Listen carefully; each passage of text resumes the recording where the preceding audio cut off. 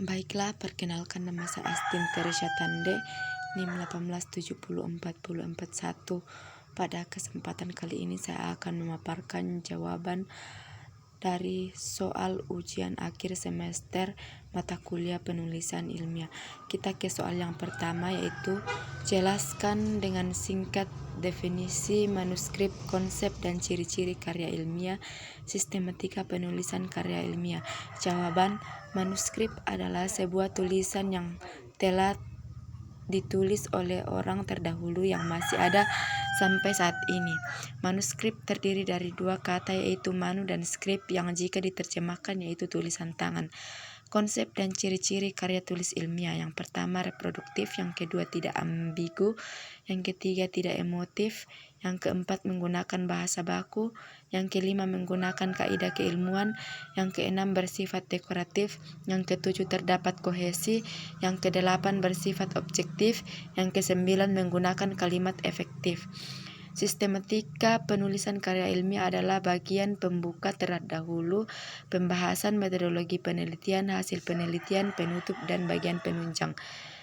Soal yang kedua, jelaskan hal-hal yang dibutuhkan saat melakukan perencanaan penulisan ilmiah.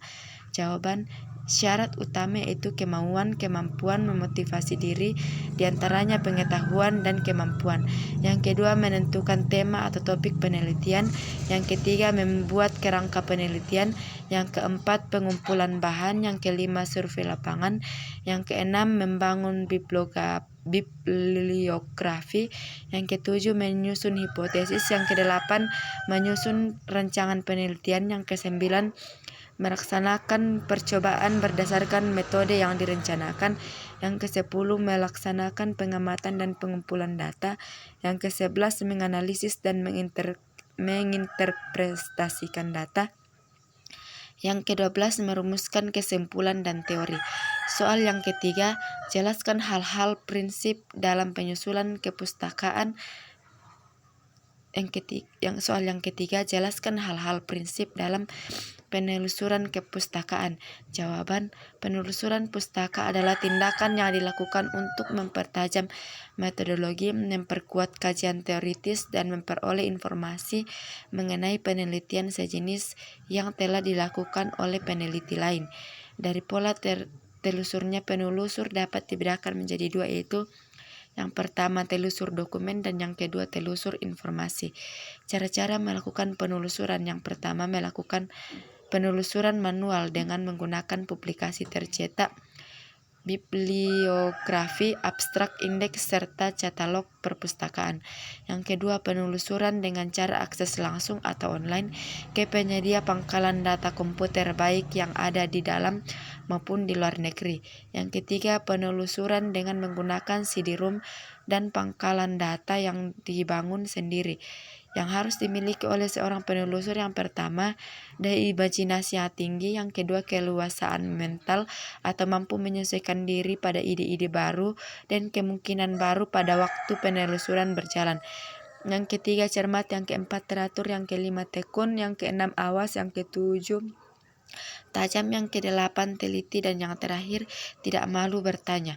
Fokus terpenting dalam strategi penelusuran: yang pertama, penggunaan kata kunci. Yang kedua, pengindeksan. Yang ketiga, padanan kata dan spelling dari kata kunci yang digunakan. Yang keempat, penggunaan operasi boolean dan pemanggalan. Dan yang terakhir, pemanfaatan fasilitas penelusuran yang tersedia. Soal yang keempat, uraikan secara singkat, padat, dan jelas mengenai etika penulisan ilmiah. Jawaban: sifat etika penulisan ilmiah terdiri atas kejujuran atau honesty, bebas dari plagiarisme, menunjang hak cipta, keabsahan atau fidelity, serta keterandalan atau reliability, aktuari, dan konsistensi. Kejujuran adalah sifat dan syarat dasar yang harus dimiliki oleh penulis. Soal yang kelima, berikan penjelasan mengenai cara menulis sitasi. Jawaban: penulisan sitasi harus mengikuti beberapa aturan yang perlu dipahami oleh penulis, antara lain: yang pertama, penulis sitasi dapat ditulis di bagian awal dan dan di bagian akhir kutipan. Terkait penulisan nama penulis, maka penulis nama hanya ditulis nama belakangnya dulu, baru diikuti dengan nama depan si penulis, baru diikuti sumber kutipan tersebut dicetak atau diterbitkan pada tahun berapa.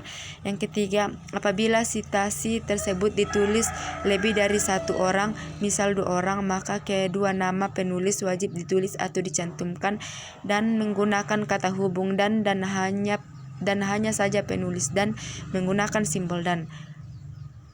Apabila penulis sitasi didapati penulisnya lebih dari 2, maka cukup ditulis 1 saja.